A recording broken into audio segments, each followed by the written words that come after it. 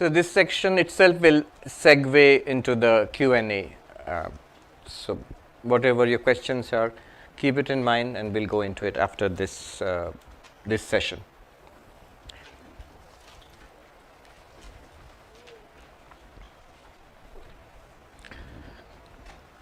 In the next few verses from 18 onwards, some important distinctions have to be made. Otherwise, this teaching of I am awareness, it will not be clear. There's a difference between the Sakshi witness and the knower Pramata. Being awareness and being a knower, someone who sees, hears, thinks, understands. What's the relationship between the two? What is the relationship between consciousness and states of the mind? If I am awareness and not the body, why does it feel like I am the body? Why does the body even feel aware? The body feels aware, my mind feels aware. In fact, so much so that in consciousness studies, if you ask people doing consciousness studies, what do you study? Please give me examples of what you study.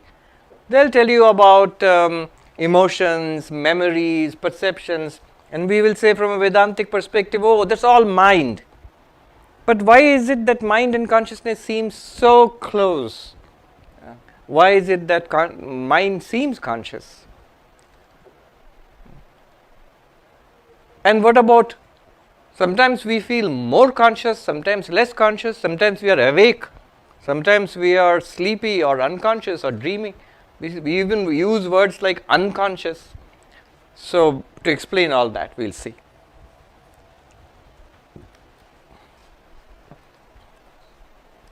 So many questions can come with such a radical position.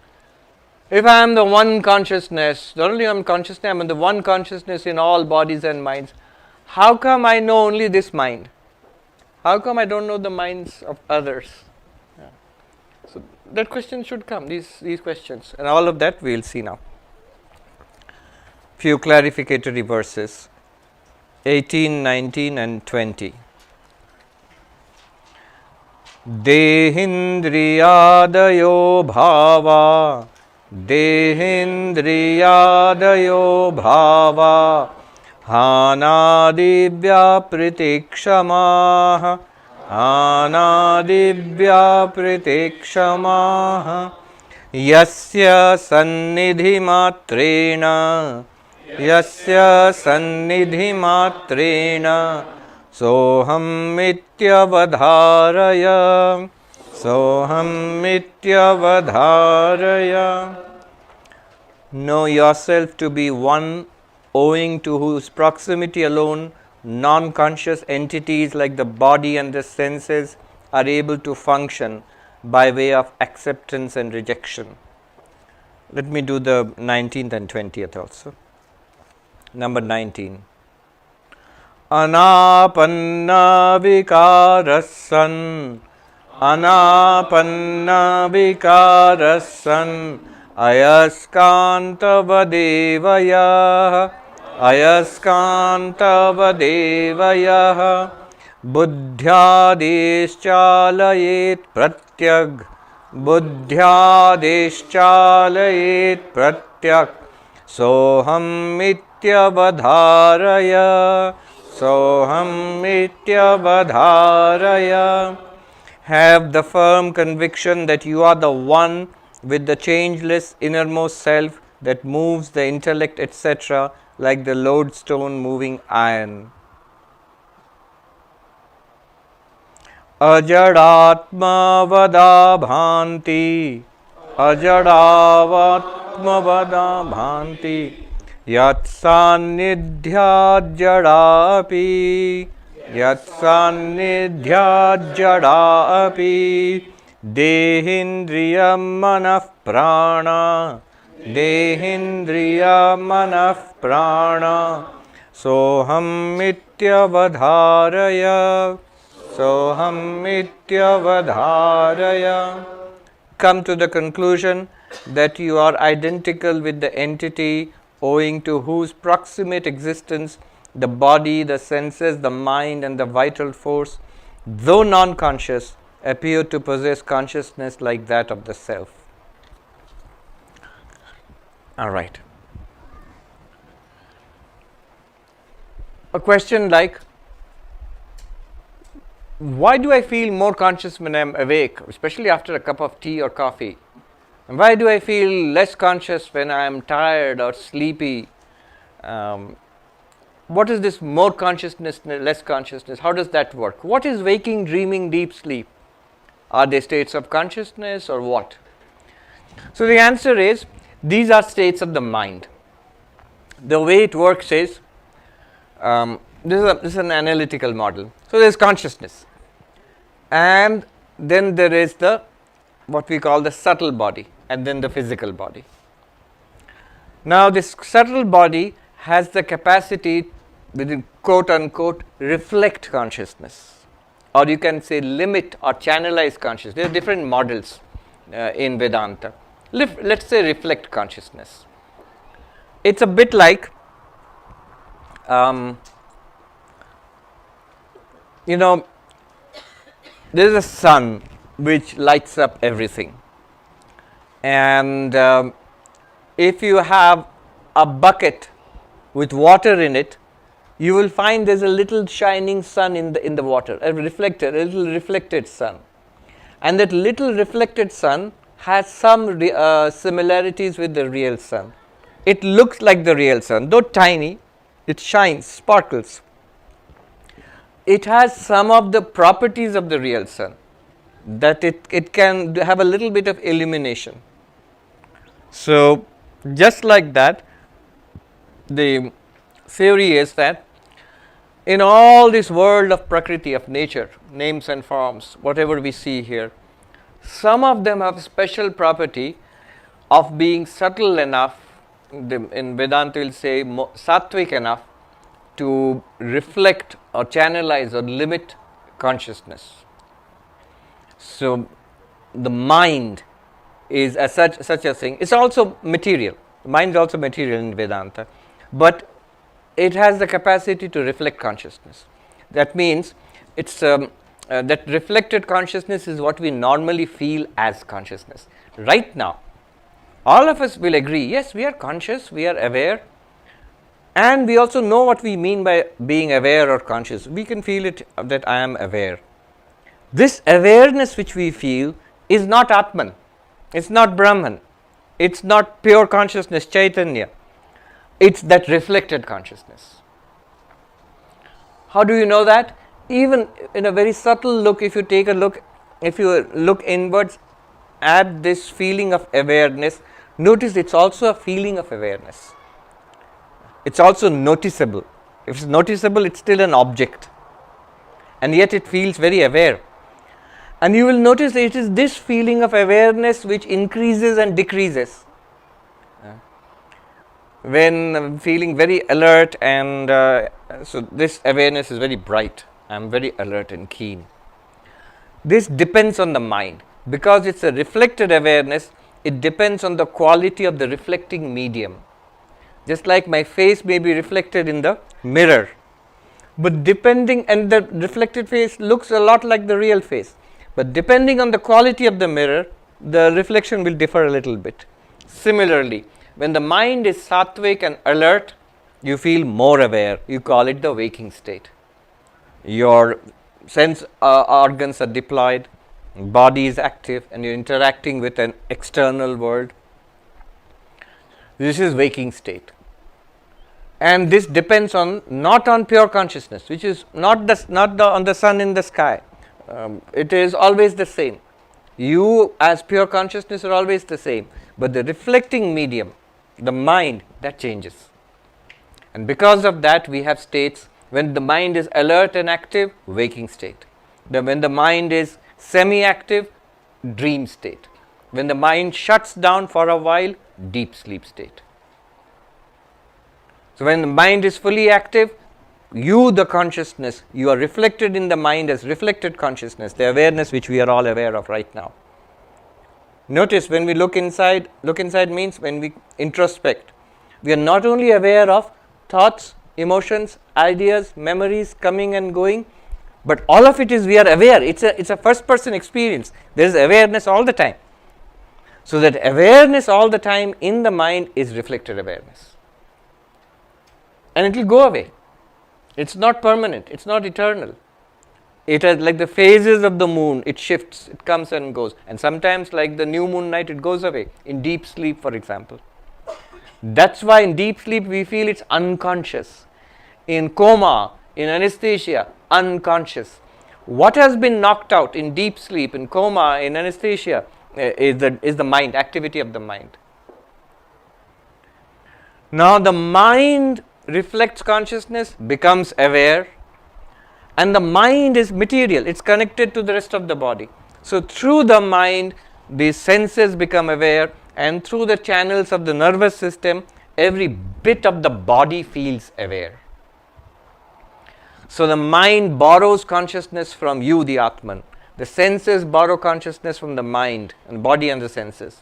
And that's why from the mind down to the body, we feel aware, but not beyond the body.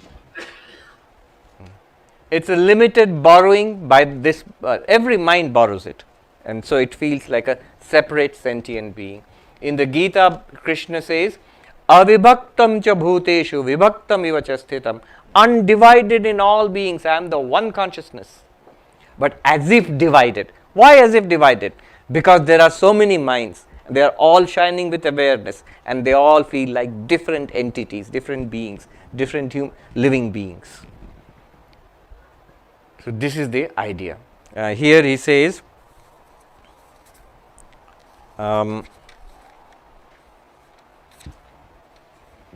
Dehendriya bhava hanadi vyapriti kshama yasya sannidhi matrena soham ityavadharaya. Body, senses and mind are capable of seeing, hearing, smelling, tasting, liking, disliking, chasing a goal, rejecting, avoiding, all of the activities living beings do. All of them because of the presence of consciousness. Consciousness, it's very interesting. Consciousness is not walking and talking. Consciousness is not even seeing, hearing, smelling, tasting, touching. Consciousness is not even thinking, hating, loving, remembering, desiring. Consciousness is just shining. That's what it does. And the rest of it is due to the activities of the mind through the body and the senses. Mind, body and senses entirely depend on Prakriti, on nature. In Gita, Sri Krishna says that Prakrityeva karmani kriyamanani sarvasha yapashyati tathatmanam akartaram sapashyati. Nature alone does everything in this universe. A more materialistic, scientific, reductionist explanation you won't find. And Krishna himself is giving this. All this is matter. Where is your spirituality, God? If a scientist says that, Krishna says absolutely right. All of it is matter. In fact, it's the deluded person who thinks I am doing things. Everything here is being done by nature. The world is running due to nature. The body is running due to nature. Even the brain, nervous system, even your thoughts are due to natural processes. And so, then it's a reductionist, materialist explanation, except one thing. There is one thing that nature cannot do, which consciousness contributes. What is that? In our own experience. The very experience itself, the first person, that feeling, what Christoph Koch, one of the leading brain scientists, Paul Allen Brain Science Institute, is the leading neuroscientist, that he calls it, the name of his new book, the feeling of life itself. This first person experience we are having, this nature cannot give. This is because of consciousness, again reflected in the mind. So everything the mind and the senses do becomes a first person experience to us, because we are light, we are consciousness. One example I give these days is the rise of intelligent machines. So you have a combination of modern robotics and AI to giving rise to such phenomenon. I saw in San Francisco recently all these driverless cars. There's so many of them now moving around in the streets. In most cases, it's not so spectacular because some guy is sitting there near the wheel, not doing anything but just there. But the weirdest thing you see if you're driving, and San Francisco driving itself is a little difficult because of this.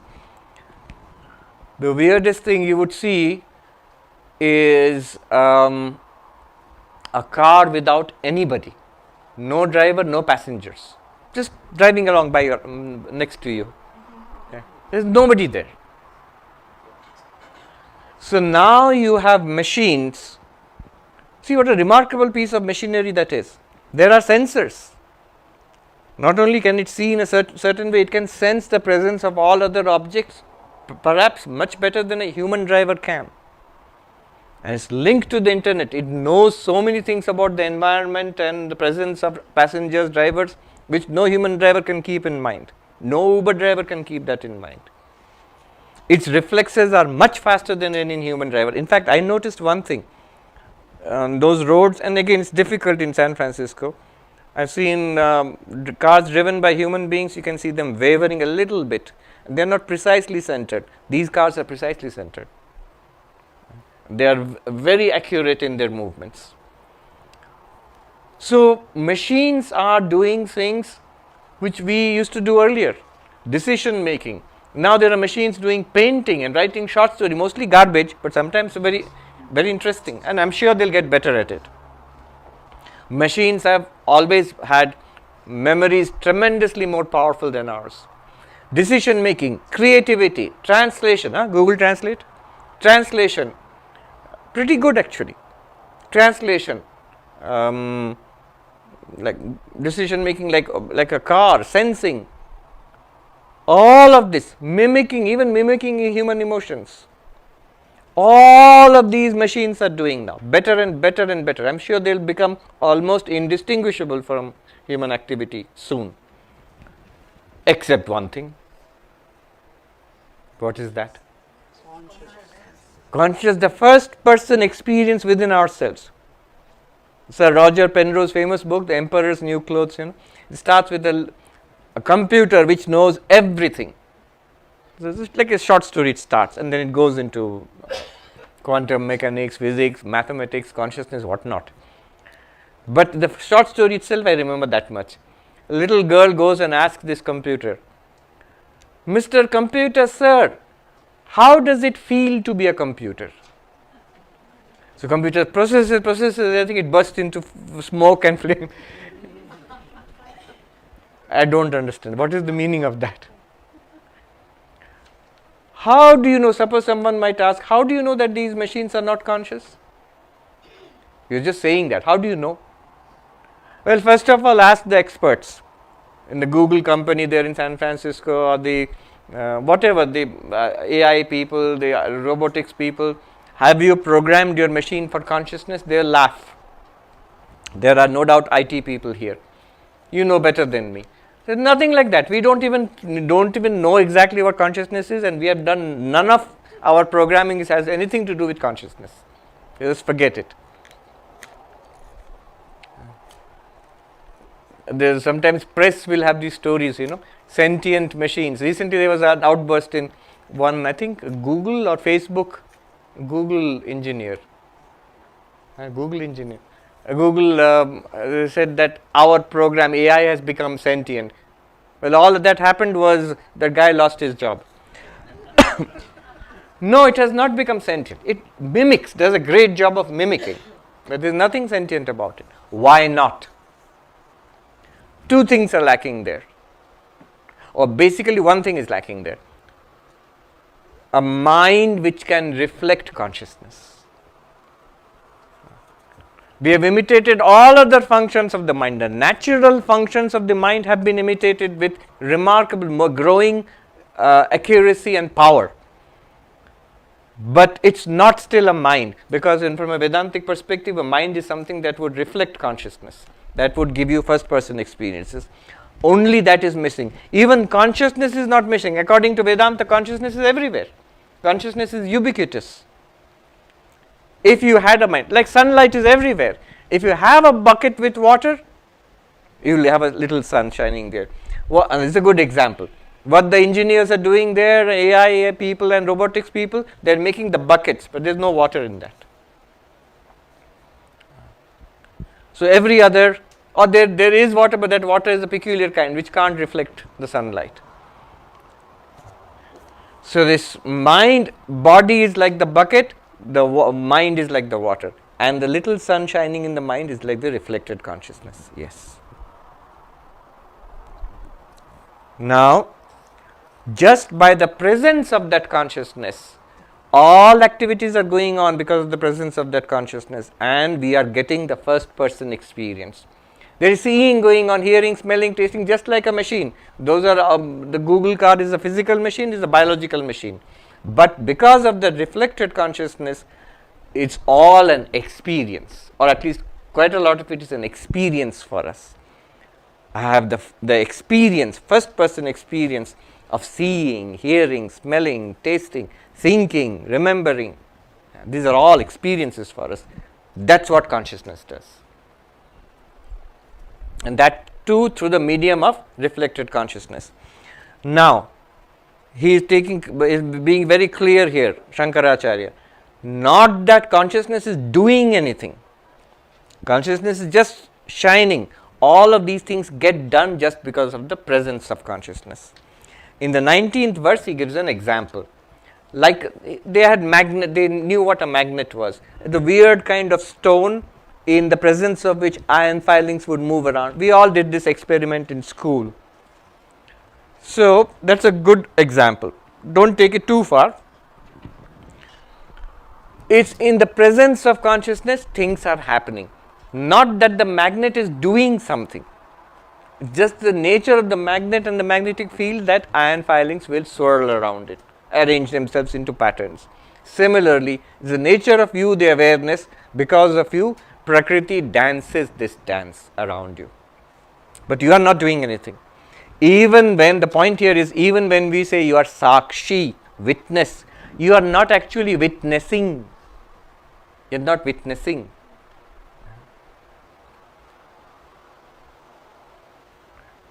It's like the sun is shining on the desert and we see a mirage, water, and you blame the sun. Mr. Sun, why did you appear as false water in the desert? It caused me a lot of suffering. Sun will say, what false water? I didn't do anything. I just shine. And all the other phenomena happen because of the atmosphere and the heat and all of that there. I just shine. I am not creating mirages for you.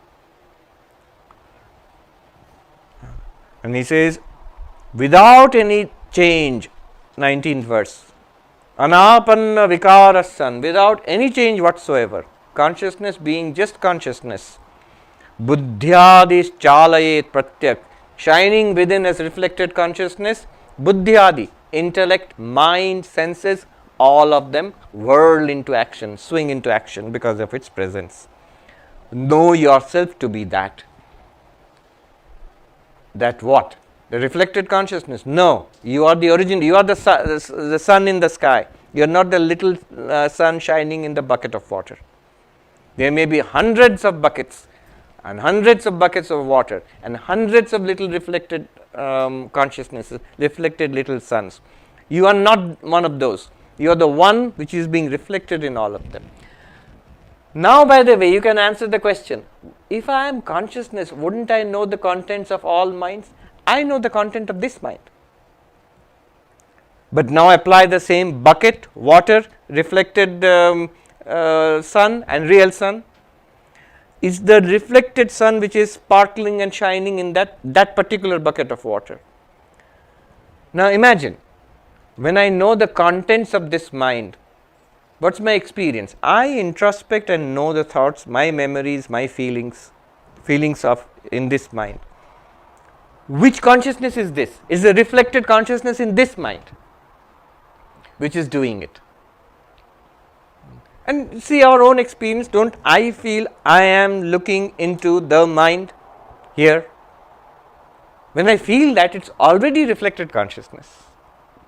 The enlightened person will clearly see the difference, that I am the ever shining consciousness, and here is this little reflected consciousness in this little body mind which is knowing things. Similarly, the reflected consciousness in each body mind knows the contents of that mind, knows the activities of that body, and through that experiences others. And the pure consciousness is what you are, it just shines. That's the answer.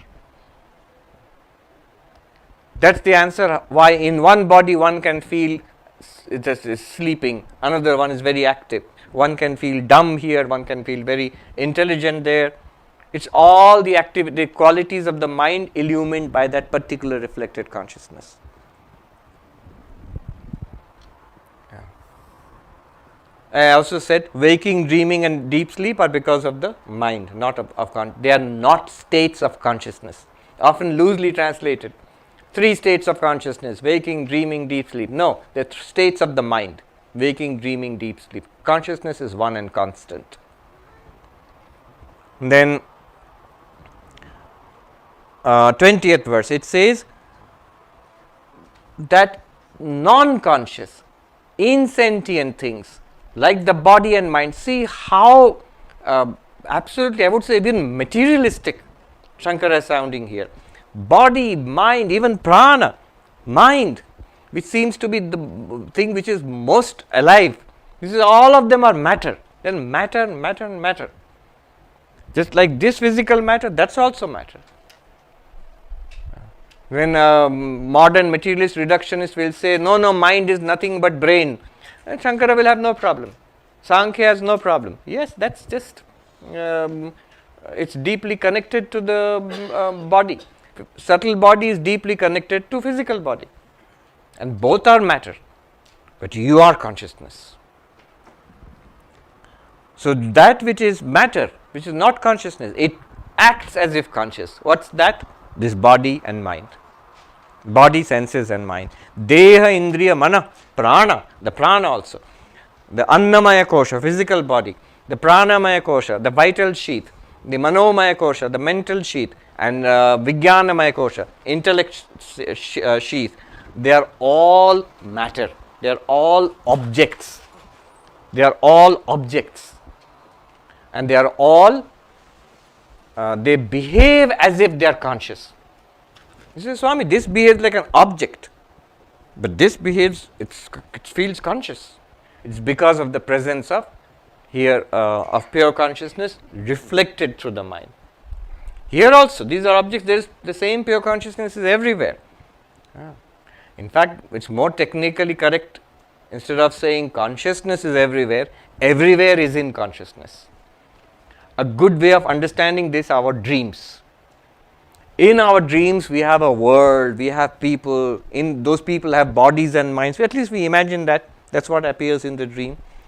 No, it's not that. So it's all because of the dreaming mind. Now, where is the dreaming mind in that dream? Our first answer would be everywhere. Or rather, the better answer would be that dream world is actually in the dreaming mind. Similarly, this universe is actually in you, the consciousness. It's not that even you are dependent on this universe. The way I am describing all this, it seems consciousness is a pretty useless fellow. Doesn't do anything. Everything is done by nature. Prakriti does everything. So that's the Sankhyan model. Everything is done by Prakriti. And consciousness experiences. But Advaita Vedanta is not like that. We will see. We have just begun. Advaita Vedanta says matter and consciousness are actually one reality. We are now separating. We are in the process of finding out who am I. Then we will again push everything back into consciousness next. So you will see all that is seen to be separate and being done independent, being done by itself, is actually an appearance in consciousness, like a dream world. In a dream world, let me give 2 examples. A simple example, the pot example. One might say, look, you might say, for all you say clay is the reality, pot is not the reality, the pot is made of clay, but you can't store water in clay. You have to store water in a pot. Clay is useless. It's a pot which is useful. True, but that pot is nothing but clay. Still, we might argue it's the pot which is the useful thing.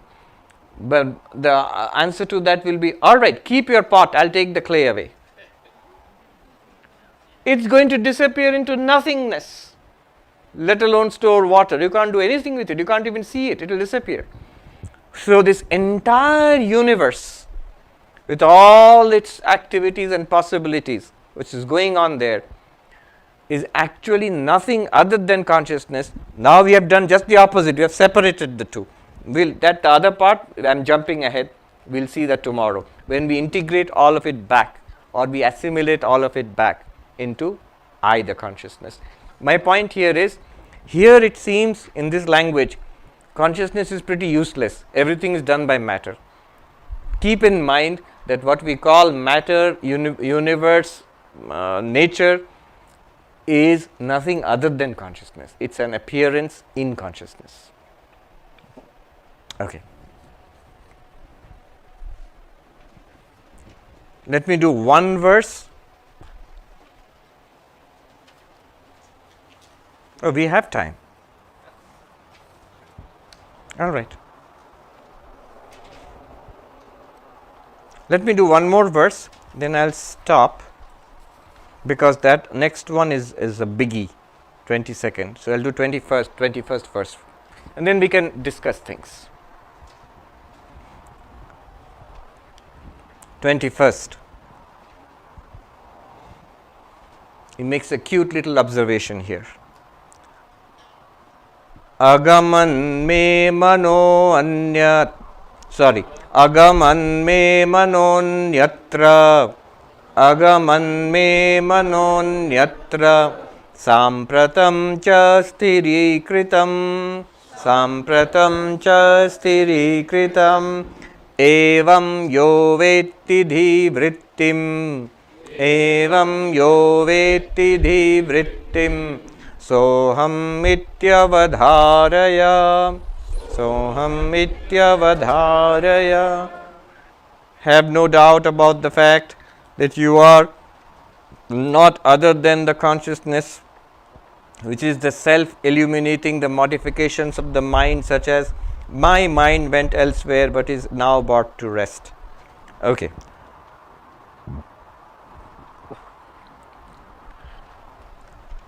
This is a very interesting observation. It is for showing you the difference between mind and consciousness, pointing out in our own experience what consciousness is. It is also showing you the nature, the difference between meditation and knowledge. We will see. What we are told to do is watch the flow of the breath, breathing in, breathing out. So when I am breathing in, you focus in one place, that's even easier. You can focus on the tummy expands when we breathe in, the tummy contracts when we breathe out, or you can make it more subtle at the nostril, just the sensation of the breath going in, sensation of the breath coming out, as simple as that, and follow it. The moment you follow it, you will see within 1 or 2 cycles of breath coming in and going out, mind has already gone elsewhere. Breathing in, breathing out. Oh, what was I supposed to do? When will this end? Mind has gone elsewhere. After a few rounds of going here and there, suddenly we notice, oh, my mind is not on the breath. Then we bring it back to the breath and we observe the breath. So the cycle has four parts. One is focus, breath, breathing in, breathing out. To make it easier, the teachers give us an anchor to hold on to. Count. Breathe in, 1 count. Mentally count 1. Breathe out, mentally count 2. Breathe in, mentally count 3. Breathe out, mentally count 4. So that's the first stage. You are breathing in and out and carefully attending to it and counting. 1, 2. Make it even more subtle. When the in-breath is complete, at that point, before it becomes out-breath, say 1. When the out-breath is complete, breathe out. Before it becomes in-breath, say 2. So you are more attentive to it. So that's stage 1, observing. Stage 2 will be losing the focus. Already mind has gone elsewhere.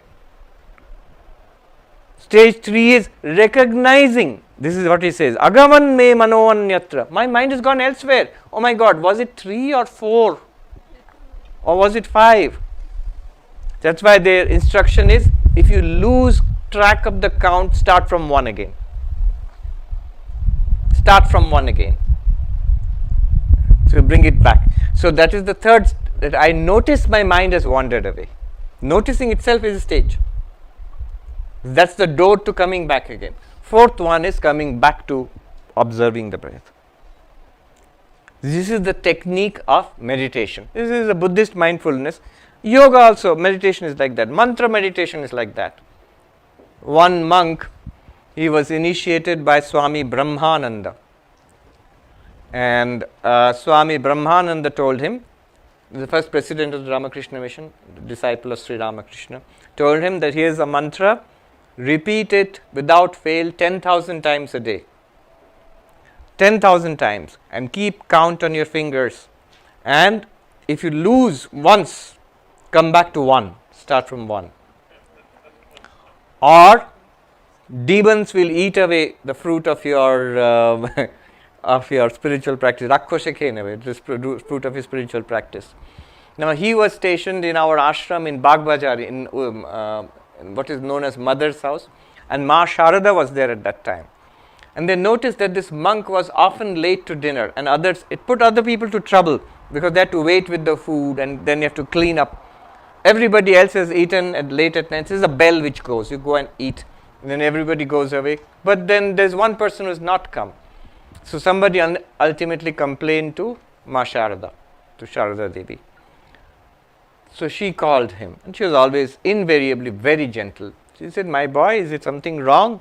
You're often late to food." And he said, he was almost in tears, "But mother, what can I do? Maharaj, Swami Brahmananda is the president of the order. He has told me to repeat the mantra 10,000 times. And often," he was a doctor, this Swami, "so often my work in the clinic and all, it delays me, and I'm late, and I have to complete it before going to bed. So I start, and sometimes just I'm about to complete 10,000, I find I missed the count. I go back to 1 again. So I'm pushed back hours and hours." And he was almost in tears.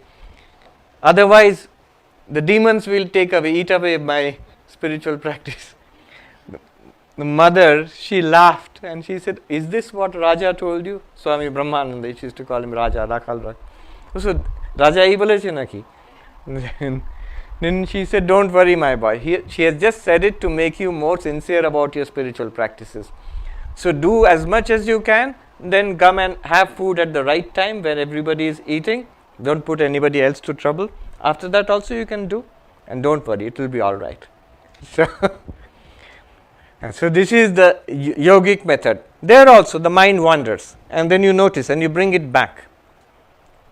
But what Shankara is pointing out, all this is fine. Notice that you are the same one. You are aware of the focused mind. And the mind became unfocused, thinking of other things. You are still aware. You have lost focus. The mind has lost focus. But is consciousness gone? Did you become unconscious? No. You are conscious. Just the mind was wandering here and there. And then you are the same one who gets that, recollects, "Oh my God, I have lost count. I have to go back again." And you are the same one who sees the mind going back to the breath or the mantra. This consciousness, did it wander away anywhere? Did it stop at any time? The mind wandered away. The mind came back to the breath or the mantra. But did consciousness go away anywhere?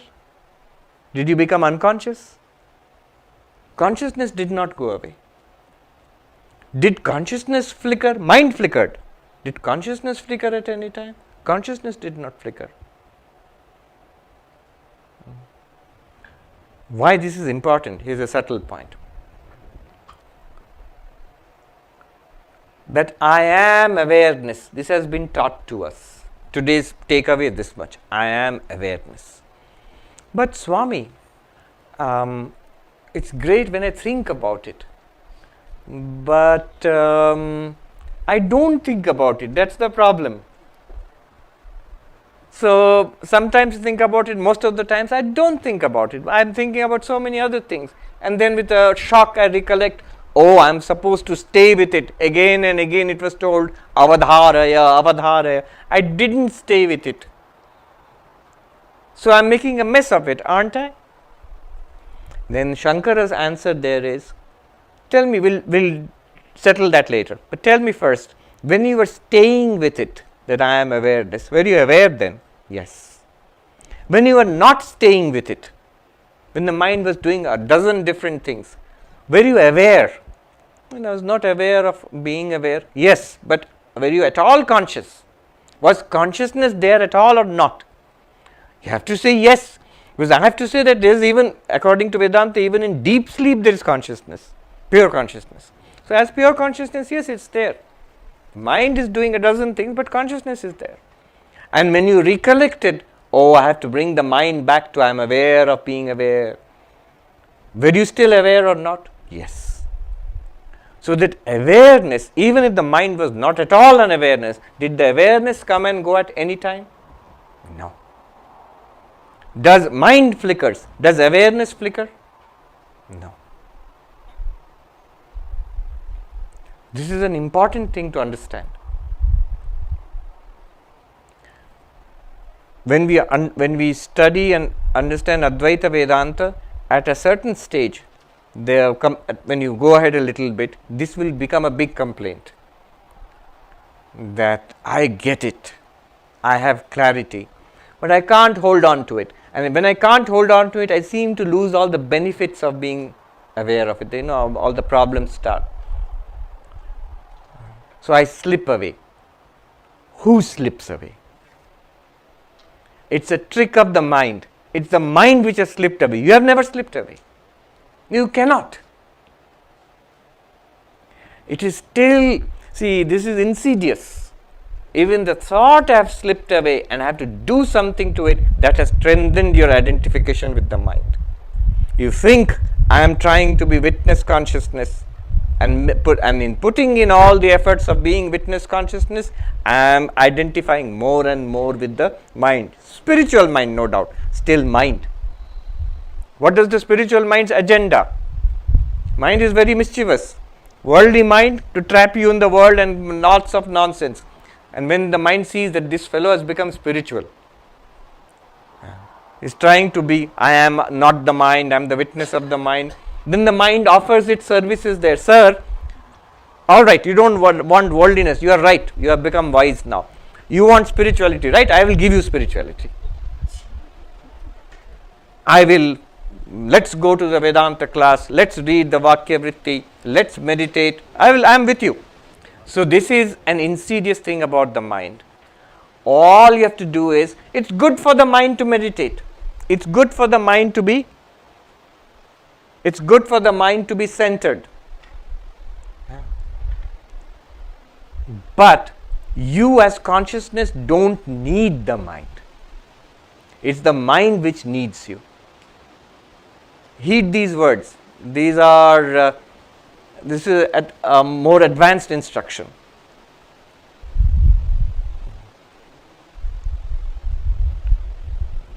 In Yoga Vashishta, in also in the Jivan Mukti Viveka, a suggestion is given for Vedantic meditation. When I sit down calmly in meditation, I strongly tell the mind, "O mind, whatever you can think of, I am not interested in it. No, but spirituality, Vedanta, I'll think of Vedanta, promise I'll be a good boy. No, I'm not interested. I am not interested in anything that you can think of. And what I am interested in, my real nature, you cannot think of it. This is not an object. You cannot think of it. This dual suggestion given to the mind will keep the mind quiet and leave you in your pure state. And is this making sense? Tell the mind, whatever you can think of mind, I am not interested. Don't speak to me. And I am interested in something that will prevent the mind from going to sleep. So I am interested in something, but that you cannot think of. And so there I stay. That's an advanced practice. All right. Evam yo vetti dhi vrittim. So one who notices the movements of the mind in this way, my mind is concentrated. Oh, last few minutes mind was wandering, I was not even aware of that. Now I am aware of it, I am bringing it back to concentration. That awareness which watches the movements of the mind, illumines the movements of the mind, that is consciousness, that you are, choicelessly so, without practice, if I may say so, practicelessly so. So you are that. Now we have almost run out of time. I don't want to go into the next verse because it is avasthatraya vichara, the three states of waking, dreaming and deep sleep. That's based on the Mandukya Upanishad, the most powerful, my favorite Upanishad. So Shankaracharya just mentions it in one verse here and passes on. We will spend some time on it tomorrow in the first session. And one more thing we will do tomorrow is what we have been postponing till now. Consciousness we understand, but Ananda, how am I bliss? So that we will see tomorrow in the first session. All right. Now, the questions which have been, I am no doubt, piling up, let's deal with them one by one. Does you have a mic? The gentleman there, we'll just give an opportunity to those who haven't asked questions. All right, so the lady there, and we'll come to the gentleman at the back. Tell us your name and ask the question. Pranam Maharaj, my name is Shreya. We talk about the subconscious mind also. So We don't, anyway, but you can. yeah, the meaning. So in this context, is there any way you can define it, or is it not at all related to pure consciousness, only to reflective consciousness? We can define it, you can include it in the chitta. The inner instrument has four components basically: mano, buddhi, ahankara, chitta.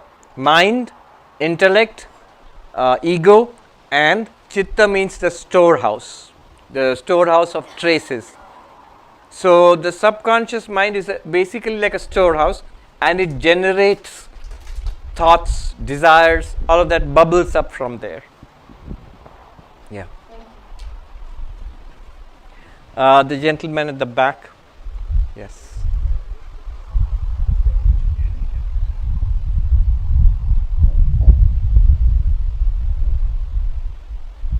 No, that gentleman first, yeah, and then we can come to you.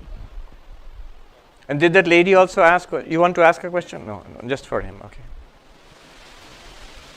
Pranam Swamiji, my name is Shogata Datta, and I want to ask one thing. Like when death happens, the brain stops thinking and the mind stops and mind disappears, right? And from the discussion, what I understand, that consciousness still exists in the universal platform or perspective. Then how does this concept of karma and life and death cycle these appears, right? All right. So that's a lot of religion, Buddhism, and they believe in life cycle. Yeah. Thank you. right. Notice the language you used. When death happens. So, death happens to what? Follow this carefully.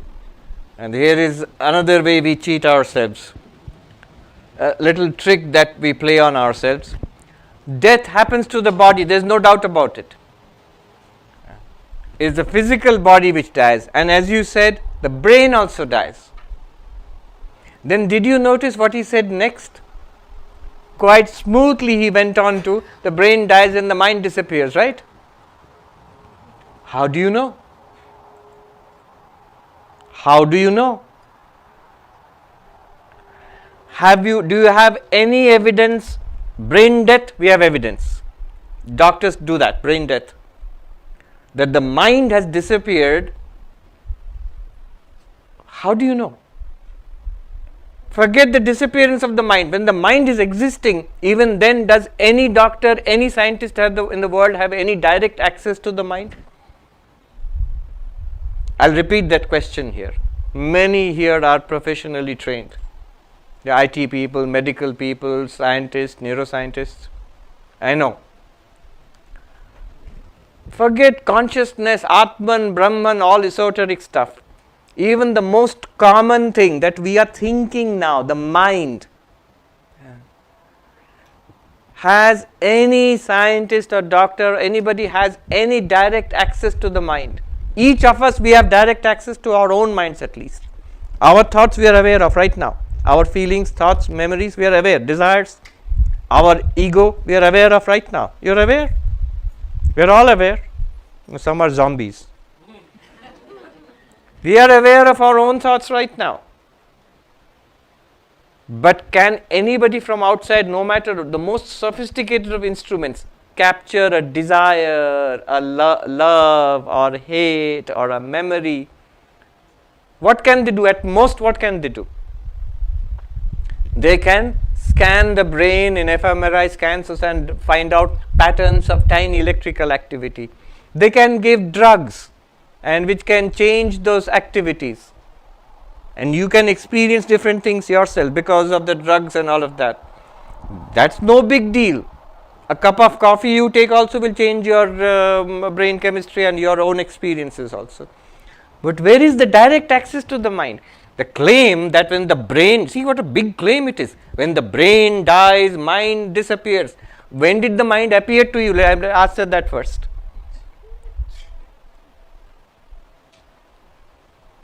To whom does the mind appear? To the individual, to the sentient being, to you, me and each of us. Have I testified to you?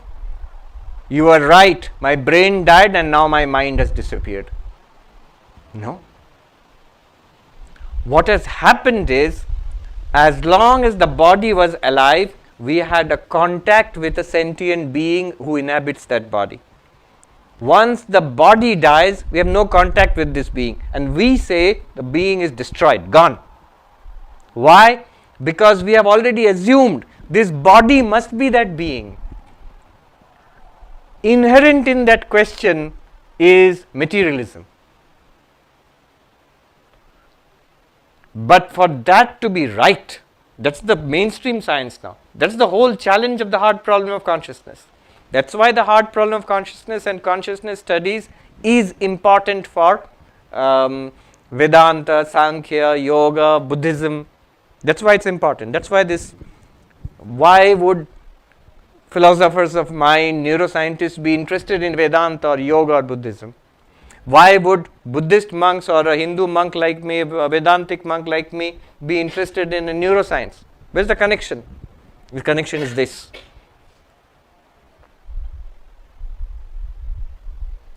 So, the answer from the Vedantic perspective, not just Vedantic, Vedanta, Sankhya, Buddhism, the answer is this, that we have a physical body, brain and nervous system are part of the physical body, and that dies, no doubt about it.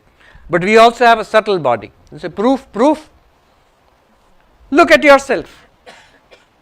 Here is a physical body, everybody can see, but every one of us is aware of internal thoughts, feelings, ideas. That's the subtle body. Subtle body is literally, if you want to define it, constituents pranamaya kosha, manomaya kosha, vijnanamaya kosha. Also include the causal body, anandamaya kosha. So, sukshma sharira. Even beyond that, we talk about a causal body, karana sharira, anandamaya. And all of these are part of experience and not reducible to the physical body. Okay, so when the physical body dies, according to these thought systems, according to these philosophies, the subtle body still survives. It goes into a seed state, and when it gets another physical body, it becomes active. These may not be physical bodies on this plane. They talk about many lokas, many other kinds of bodies. When we get those bodies, it becomes active. Now with modern IT and all, we can see how my laptop is dead, but no worries, my data is in the cloud. I'll buy another laptop and download that data, it will start working again. All the samskaras are there, all the files, everything is there. I'll just have to download new body. Earlier days when it was not connected, laptop dead means your data is also gone. Here nothing is gone. So this is the subtle body survives the death of the physical body according to us. If you can explain how subtle body, mind is being produced by the brain, then if the brain is gone, mind is also gone. If you could explain. But now they are saying, no, we can't explain it. We cannot. And additionally, the example of these intelligent machines, AI plus robots, which we are seeing all around now, that goes to show you can have all the activities from a material substrate like computer chips and all, except consciousness. So you cannot reduce consciousness to the brain. You cannot even reduce mind to the brain. See, in physical death, according to Vedanta, Sankhya, Yoga, Buddhism, physical body, sthula sharira, it perishes. The subtle body goes on, and the subtle body carries the impressions of this life and past life into new lives, new bodies. Yeah. And then, gentleman there. Was there somebody here? Yeah, that one. Please tell us your name and ask the question. My name is Anup Roy. My question is, maybe I'm confused. Now, I think the mind is object and consciousness is beyond the mind. Now, if someone wants to become enlightened, then they have to become enlightened through the mind only. Yes. That's Correct. Yes, we had this discussion a little while ago. Do you remember that we had this intuitive feeling? Oh, you are convincing me that there is something beyond the mind. But even all of that, we are thinking in the mind after all. But is that a problem? No, it isn't a problem. It is the function of the mind to think. And where else will you think? It's not the liver or the knee or the the skull which will think. It's the mind which thinks. The example which I gave you about happiness, I am happy. When I say I am happy, what said it? The tongue and the voice box and the vocal apparatus, it said I am happy. But the tongue is not happy. Lungs are not happy. Happiness is a feeling in the mind. The mind is using this voice apparatus to express its happiness. It's the job of the tongue to speak. And the tongue is saying, I am happy, but it refers to the mind. So when I say, I am consciousness, I have understood I am consciousness, this process of thinking and understanding is in the mind. Mind, intellect, ego, but it points to something beyond the mind, intellect, ego. Just like that. Then somebody, the gentleman there, and will come here next. Tell us your name and ask the question. Pranam Swami. My name is Hemant Desai. Just following up the question we had about civil body and physical body and causal body. Now, all these things are basically material, and Same thing applies to laws of karma too. So when you realize real nature, or in our language, when you assimilate that knowledge, all that karma goes away. It just burns out. Is that the correct understanding? Yes. All karma is destroyed upon enlightenment. But so what was is a follow-up question to that? So how do you realize it? How to realize it? Yeah. That's what we are doing. Wait till tomorrow. But I thought you were going to ask how is karma destroyed, or in the Mundakopanishad it says Kshiyante chasya karmani tasmin drishte paravari bhidyate hridaya granthi chidyante sarva samshaya Kshiyante chasya karmani tasmin drishte paravare. A soaring, sublime mantra in the Mundakopanishad. It says, all the knots of the heart are cut, are rent asunder. Hridaya granthi. What is hridaya granthi? That which apparently seems to tie me, the consciousness, to this material body mind. This is like a knot. Hridaya granthi. And where exactly is this knot? It's not a cardiac problem. You can't go to the Mount Sinai or something and get an operation done. Please cut the knot of ignorance in my heart, so I'll become enlightened. No, it's just a figurative way of speaking. It means in the ego itself. Just when I say I, there are two parts. One is the material part, the thought I, the function of the mind, which we call the ego. And there is the reflected consciousness in it. So when you say I, it's always an I with awareness. But that awareness is also not the original awareness. It's you, the original awareness, reflected in the mirror of the I. And the connection, to snap that connection, is enlightenment. Bhridyate hridaya granthi. Chidyante sarva samshaya. All doubts will disappear. Will I know when I am enlightened? Will I know when I am enlightened? Yes. There is no doubt at all. If you have any doubts, I think I am enlightened. Still work in progress. Don't worry. Keep at it. So Sri Ramakrishna gave a much more homely example. The little child says to the mother, "Mother, wake me up when it's time to go to the bathroom, when it's time to poop, wake me up."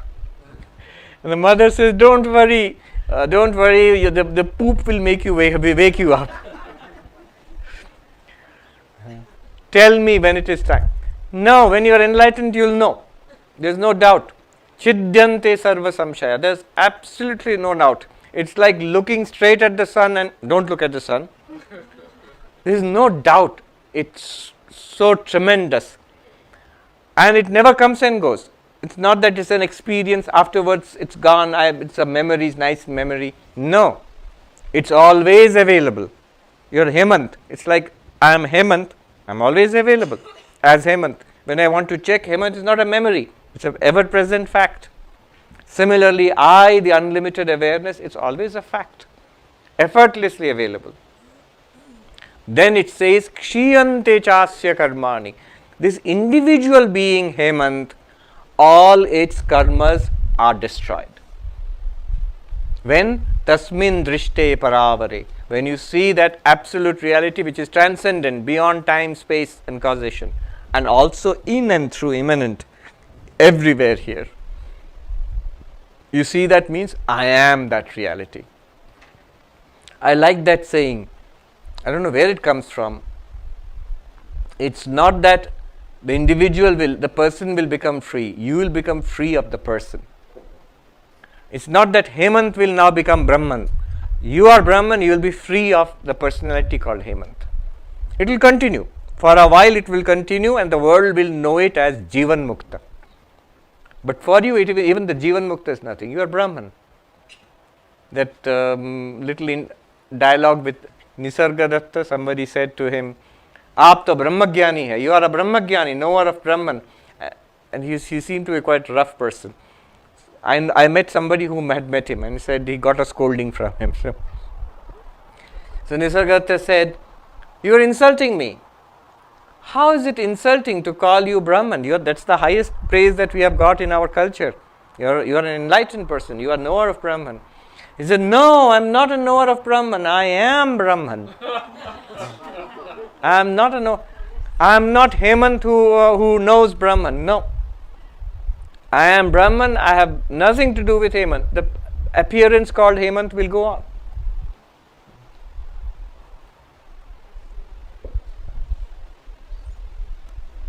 All right. So karmas associated with it also disappear. Actually, they never affected you. It's like there's a person in a movie, a character, the hero, and has certain amount. What's the karma of the hero? Whatever has been the script writer has written for him, that's the karma of the hero. The moment you realize I am not the hero in the movie, I am the screen on which the movie is playing. Let the movie go on playing. Let the hero also go through all the ups and downs and the trials and tribulations, whatever has been written by the script writer. But I am all the time free. It's nothing to me. That's what happens. In one sense, the karma continues. In one sense, you are free of it. You also see it never was your karma anyway. One can live a routine life, but the mind may be all over the place. The mind has to be mindful, samanaska. And then the intellect has to be well informed. Who am I? What is going on here? Where am I going? GPS has to be there. This is the GPS. But you have to look at it. The intellect has to look at it. Then only it will work. Now if you say, I am convinced I am the witness consciousness, at the intellect level I am trying to get everything under, in line. But the mind is loose. Sometimes it pays attention, sometimes it doesn't. So a slip comes. If a mind was very attentive, a problem comes from the world outside. I can handle it. But mind is not attentive. A problem comes and I flare up in anger or irritation. That's an automatic reaction. That's not a conscious reaction. The senses are not well trained.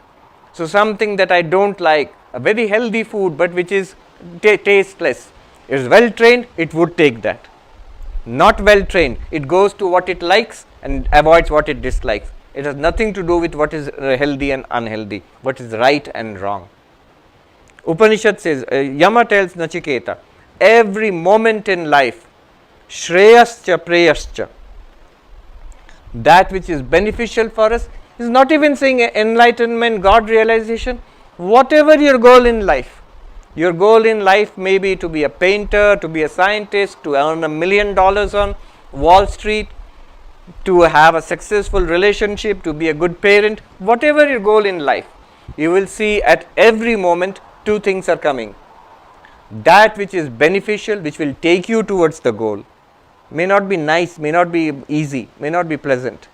And that which is the easy way out, the pleasant way out, that which is, sometimes the two are one. It's pleasant and also beneficial, but mostly, unfortunately, the two are not one. And there, the one who selects the beneficial, Shreya, I'm just quoting Yama from the Kathopanishad, that one attains to the goal of life. He doesn't even say what is the goal of life there. Whatever your goal of life, if you make continuously, steadily, consistently make the decision moment to moment, and we all have the freedom to make this decision moment to moment. Keep picking the one which is taking me to my goal, that which is beneficial to me. Of course, in Vedanta we mean the goal is moksha, enlightenment, freedom. That which takes me Godwards, then you will reach the goal. The one who keeps slipping casually, in computer science we used to call, the computer people call it the default mode. Old computers, senior IT people here will remember, the not so fast machines, the 286 machines and all which used to be there long ago. When they would boot, there would be a default booting. and you have the opportunity of interrupting it. I think you press Control Alt Delete or something like that, then it will stop booting and will give you an opportunity to get into at the booting sequence itself and change it. All that's not possible now. It's machines are incredibly fast now, and they are mostly on all the time anyway. But the mind is also like that. We all have the opportunity to stop the booting process. If you don't stop it, it will always go to the prayer, the pleasant, the easy, the instinctive. It's instinctive for me to grab another cookie. It's instinctive for me to lash out in irritation. It's instinctive for me to be, hypercritical or mean. That's instinctive. But you always have the opportunity, Control Alt Delete, stop. I'll put in, instead of being hypercritical, let's look at the facts and reserve judgment. Instead of grabbing the other cookie, don't, stop. So these things we can do. That is the advantage, but that we can do only when the mind is focused. Anyway, this is a long answer. But that answers the question why it won't work. If I just read Vedanta and I don't do any other sadhana, it won't work. I'll find it's very difficult. Another example is, see, instruments are different. There's a shovel and there is a surgical, what do you call it, a scalpel? A scalpel. Now, with scalpel you can remove mud. But it's a long and terrible process and you will damage the instrument. With a shovel also you can remove mud. The shovel also you can try to do brain surgery, but it will be terrible. So, this is the scalpel.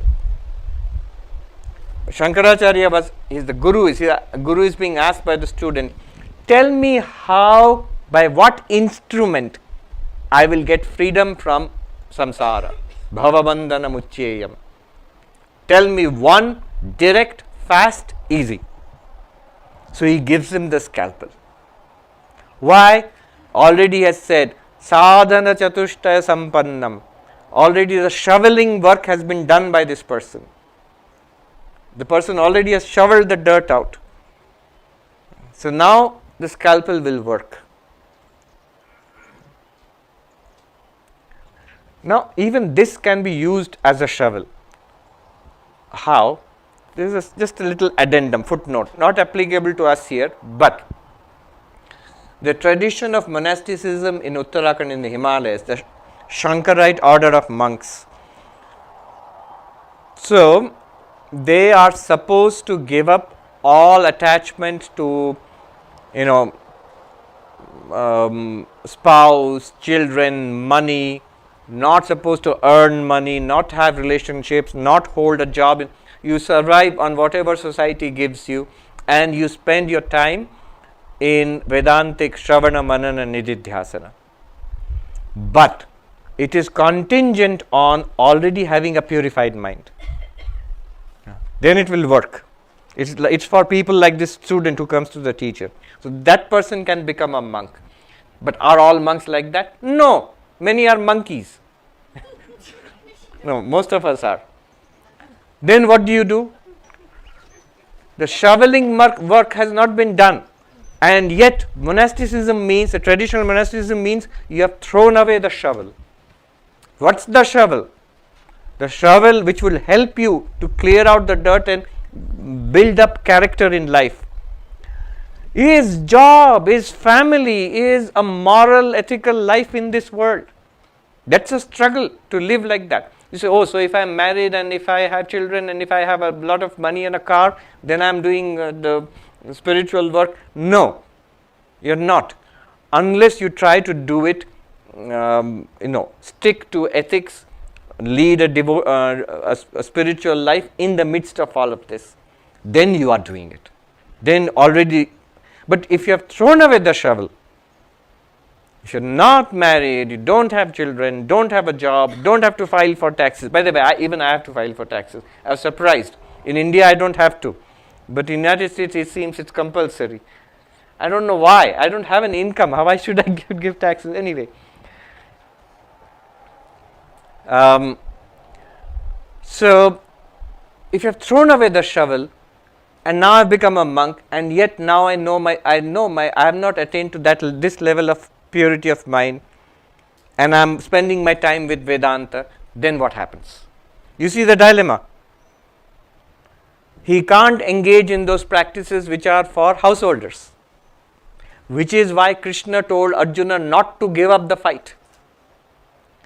When he told Arjuna about Vedanta, Arjuna said, good, I don't want to fight this stupid battle. I want to become enlightened. Off I go to the Himalayas. And Krishna said, no, you have to be where you are and do your duty there, but convert karma into karma yoga. That will prepare you for spiritual life. But a monk in the traditional way, they are thrown away. All that opportunity is not there anymore. So what do they do for the shovel? So there, all this is not relevant, but I am still mentioning it.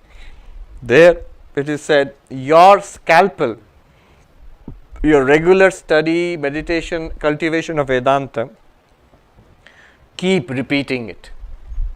That itself works as the shovel. If you stay with the monastic life, that you must be ethical about. Stay with the vows and then stick with Vedanta, that also will purify the mind over time. But it's not a fast process anymore.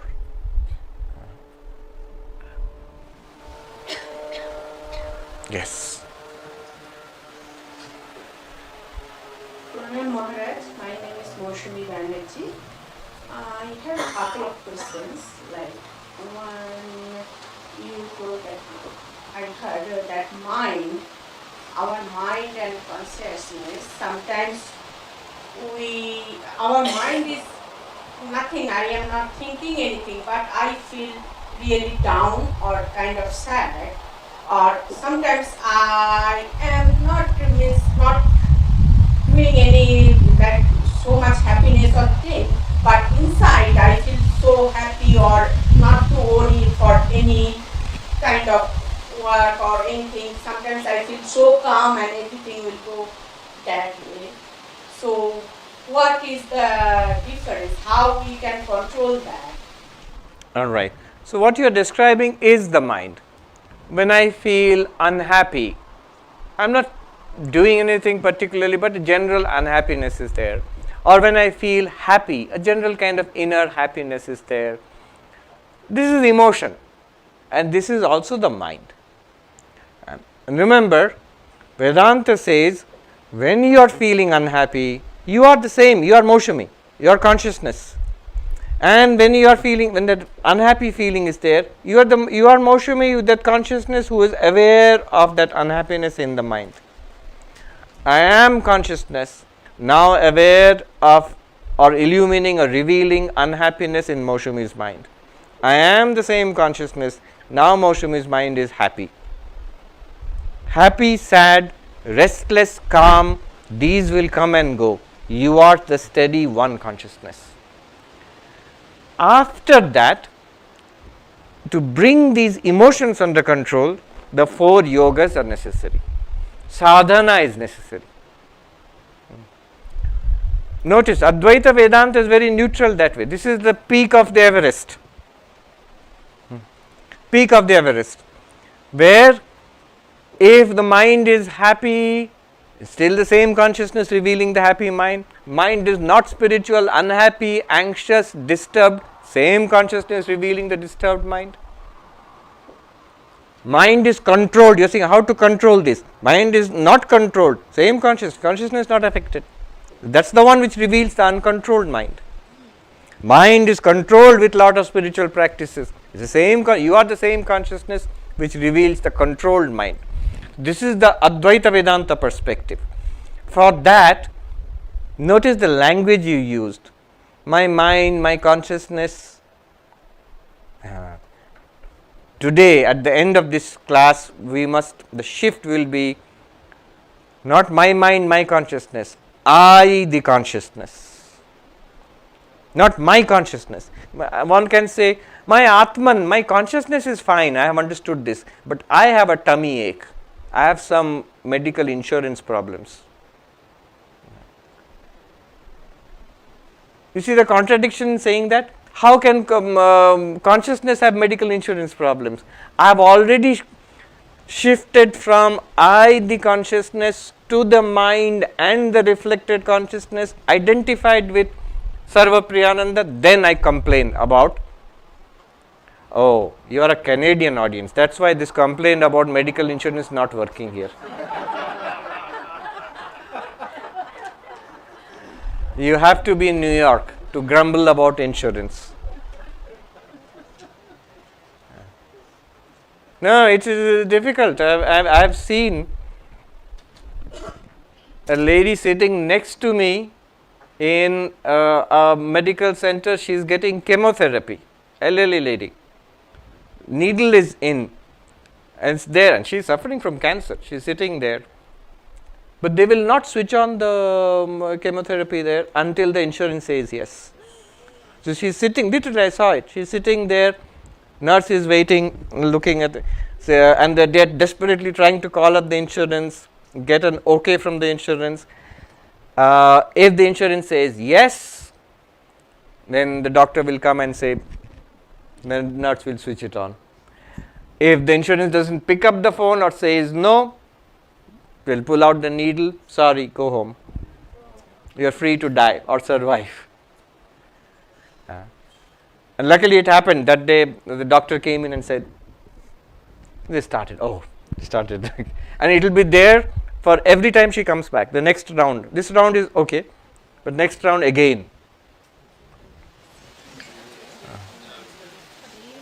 So, second question is that our body is, when the body is dead, dying, but our mind is go and mind is not dying. Yes. What I understand. True. So when the mind is go find another body, so is our thought and all those is go continue with that mind or it change? It changes. Why? Notice in this very life also it changes. Maushami, when you were at school, when you were 16 years old, board examination, everybody remembers India board examinations. Imagine that young girl's thoughts, feelings, ideas, fears, desires, all of that you compare with now. You'll say, oh, what kind of mind it was at that time and what kind of mind it is. It's your same mind. It has changed so much in one lifetime. Imagine your mind when you were a 5-year-old girl. What were your thoughts at that time? What were your desires at that time? What were your fears at that time? How much different that mind was from this mind in one lifetime. Now, if this mind goes from one lifetime to another lifetime, a different body altogether, imagine the vast changes which will come. So, mind will be very different, and depending on the body, the mind is very deeply connected with the body. So, as the body develops, the mind will also develop along with the body. Then what is transmitted? If the thoughts are not transferred, what is transferred from one body to another? So a bunch of tendencies called samskaras are transferred. So the personality will be to some extent influenced by the past life. That's all. But that's very powerful. Okay, there was one last question. No? Somebody here? Oh, here. Also, this gentleman here. Yes. We'll come. You have a follow-up on that? Okay. All right. Can you keep it for tomorrow? Yeah. We'll keep it for tomorrow. Ask the question. Tell us your name. My name is Krishna.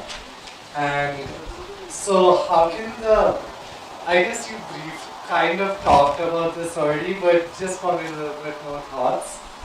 How can the knowledge of Vedanta help you in physical pain relief? And how did Bhagavan Ramakrishna manage his throat cancer just with the knowledge of Vedanta? So is it like you have to develop a lot of vairagyas and get rid of all your samskaras so that everything is very temporary? You see, you're not interested in all of this. So how do you get back to the awareness level when the pain is kind of strong? Yes. And sorry, and just a very similar question. How can you prepare for the death so that it's a very easy exit from the physical body? Yes. Somebody asked the second question. This was a count in Europe.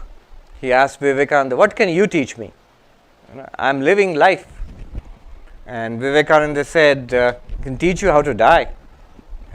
Doesn't mean that he's going to commit suicide, but what a real death will be like. Robert Ingersoll in this country, in the United States, he was known as the great agnostic. If you Google the great agnostic, you will find Robert Ingersoll in late 19th century. So he met Swami Vivekananda once when Swamiji was here. And he said to Vivekananda, I don't believe in all this spirituality. This world is all that we can be sure of. I believe in squeezing the orange dry. Vivekananda said, I believe that too. Of course, then he says, my choice of fruit is different. It's mango for me. But he says, I too believe in, but I know a better way of squeezing of squeezing the fruit. I know I cannot die. Therefore, I am not in a hurry.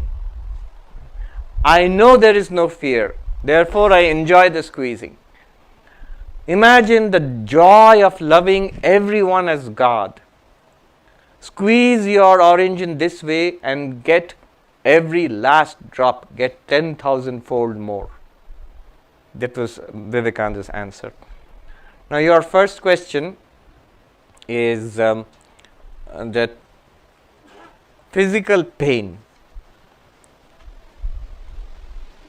Every one of the yogas, if you follow it carefully, you will see that helps. Karma yoga.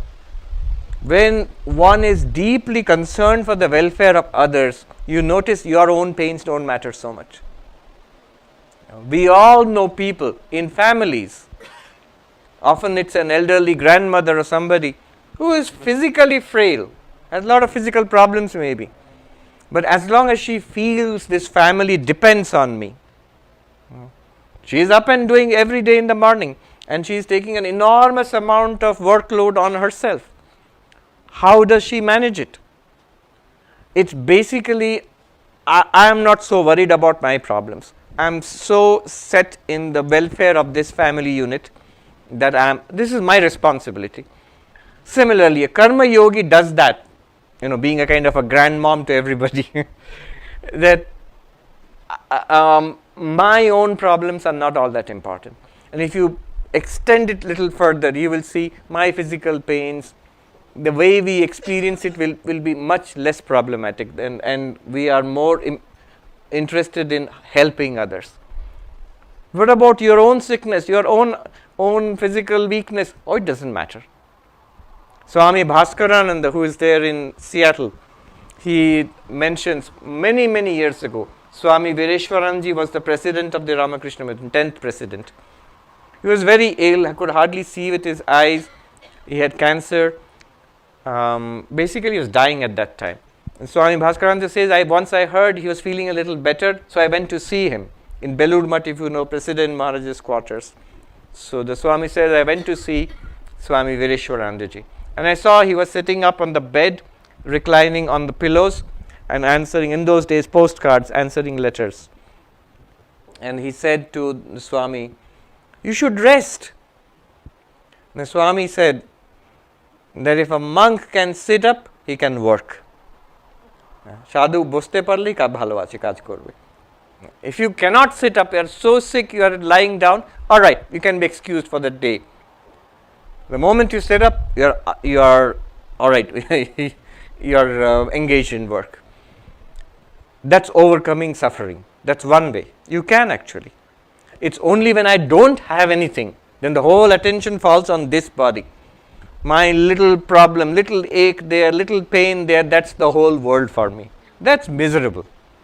Then bhakti yoga, the tremendous devotion and love for the Ishta Devata, that feeling of continuous love, that joy, that you don't care about the physical pain of the body. Love is another way of overcoming physical pain. Selflessness is one way, love is another way. Third is the yogic way. Here is the secret. The mind can hold on to only one thing at a time. So if you focus on, say, the Ishta Devata or on Om or whatever your meditation technique is, or even on the breath, at that moment, that particular split second, the mind has no bandwidth left over to be aware of the pain. So, yogis can merge their mind in samadhi and not feel the pain at all. It's like a spiritual anesthesia. They can do that. And the jnana way, this is different from those three. It's not the selflessness of karma yoga, it's not the devotion of bhakti yoga, it's not the yogic absorption of Patanjali yoga. This is Advaita Vedanta, where you don't resist anything, you see it as it is. I am awareness. In awareness, a world appears, a body appears. In the body, a pain appears. They are all appearances in awareness. They are all part of the movie. I am the screen of the movie. I am consciousness itself. Consciousness does not have a tumor or a cancer or. So as consciousness, I see that I am perfectly all right.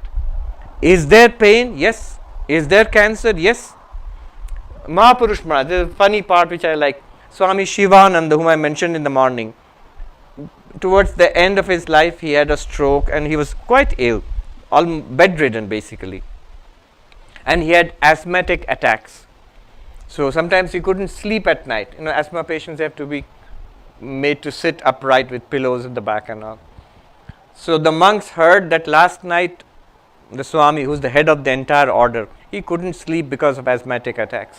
In the morning, as is our custom, the monks went to bow down to the Swami. How are you, Swami? How are you today? And Swami Shivananda said, very good, khub bhalo. I'm well, I'm perfectly all right. But we heard that last night you couldn't sleep. You had an asthmatic attack. And the Swami said, oh, you mean the body? Not good at all, not good at all. So much is the distance. It's a thing. How is it doing? Not good. How are you? I'm fine. We are so mixed up with the body, we can't even think of such a thing. No, it's possible. We try all four. At our level, we must try everything that's open to us. Karma yoga, selflessness. Bhakti yoga, love of God. The Lord has put me in this position where I have to suffer from this disease and maybe till the end of my life. Fine, I'm all right with it because I love the Lord so much. Whatever the Lord wants, I'm fine with it. And then dhyana. My focus is so deep, I'm not even aware of the pain in the body. And then jnana. I'm not escaping anything, I'm not trying to shut down anything. I'm fully aware of the pain in the body, but I know it is the pain in the body, not in me.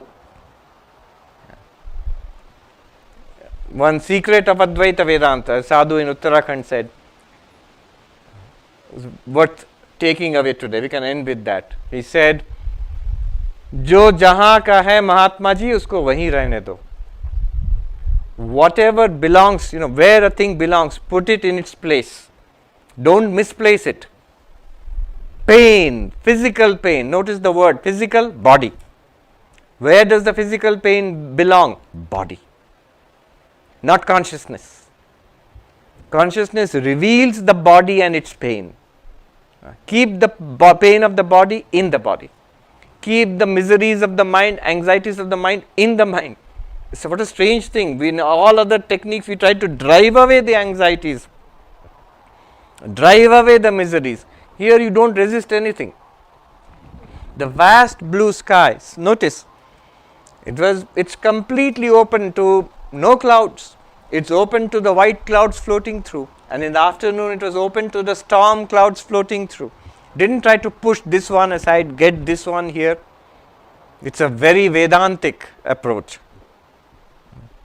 I am completely all right with the darkest of storms, misery, critical illness, with the brightest of skies, with the fairest of clouds. health, popularity, success, I am the same vast blue sky. Not as a matter of affirmation, as a matter of fact. You see, that's a fact. One sadhu said to a group of some devotees, this is again in Haridwar, simple statement. He's looking at a lady who was saying about illness. आप हो ना, कोई मार सका है आपको आज तक. You are here, isn't it, madam? Has anybody been able to kill you? Remember the context. We have gone through many lifetimes, so many births, so many deaths of the body, and at the end of this extraordinary cosmic journey, here you are, still grumbling. Has anybody been able to destroy you? No. Lifetimes have passed. You're still here.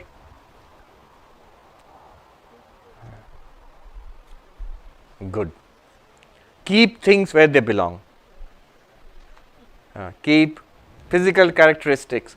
Oh, I'm miserable. Why? I'm overweight.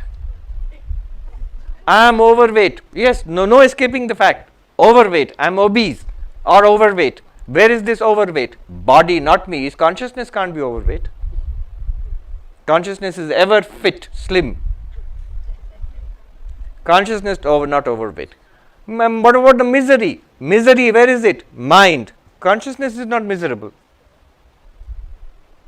If you do this, you will begin to notice even the problems in the mind become much more easily, you can handle it. Even physical problems also, you can begin to handle it much better. You start with, I am fine. Escapist, all the problems, put the problems where they belong, in whichever shelf. Physical pain, body shelf. Mental anxiety, mind shelf. Not ignoring, just fact. I am not body, I am not the mind, I am the witness of both. As a fact. It's not a practice or it's not some kind of imagination.